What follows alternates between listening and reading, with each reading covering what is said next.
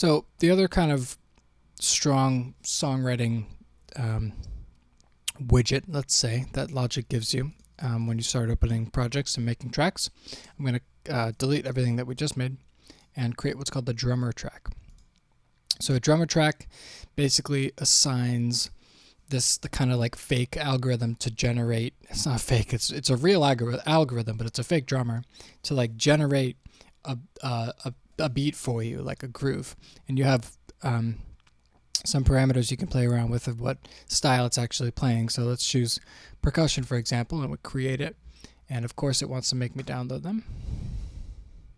Great, downloading is completed. So this, I guess, Isabella is my drummer for the day. I could change that. It'll probably give me some different kind of cadence and style and all of that.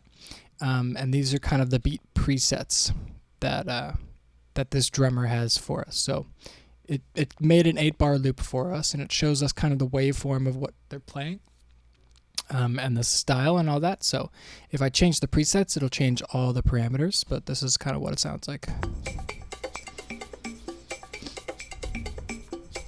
Now I could change over here in the library which presets we're actually working with, which drummer, which style, and then which drummer, and then what presets they have. So there's a bunch of kind of different ways to branch off of this. So within this style, if I like this sound, but it's a little, busy for me or something, then I could adjust the X and Y parameter. And that's soft to loud as Y, and simple to complex as X. And then I can add instruments like sticks or claves or tambourines, shakers and congas and whatnot. And then I could basically increase or decrease the complexity of each of those. You can also increase the swing as a whole on an 8th or a 16th note parameter, and then you can increase the fills, which is like basically how much like a drum fill, how much noise in between the main downbeat and crashes and all of that you get. So there's the wood block that I just added. Now it's gone.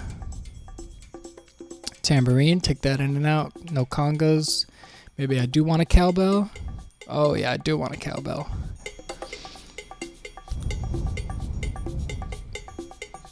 So these different variations of like when it actually happens. Kind of get a little bossa nova groove going. Anyways, so drummer track, super helpful. Definitely get you started. You can also kind of like, I'll do Command T here to separate these clips, and then maybe I want this clip to be a little bit more loud and complex, and this one I want a little bit more simple and soft. So now the difference between these two changes kind of over the course of this downbeat here at 5. And then if I want, this section to be like loud and complex and have all these instruments and have a different variation or whatever and have a large swing, then, at 6 it'll change to that, and then 6-2 it'll change back, 6-3.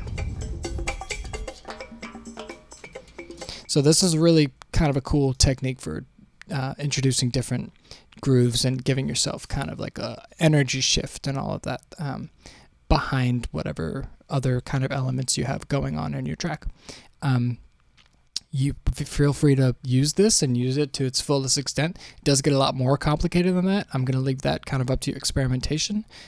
I personally don't find myself using this as much because I really like to have full control over all of my drum kits and sounds and whatnot. And I usually have my drums doing like a very specific thing.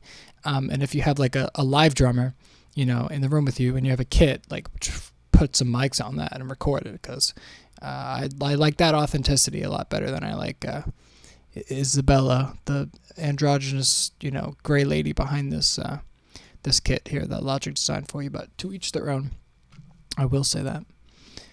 All right, let's move on.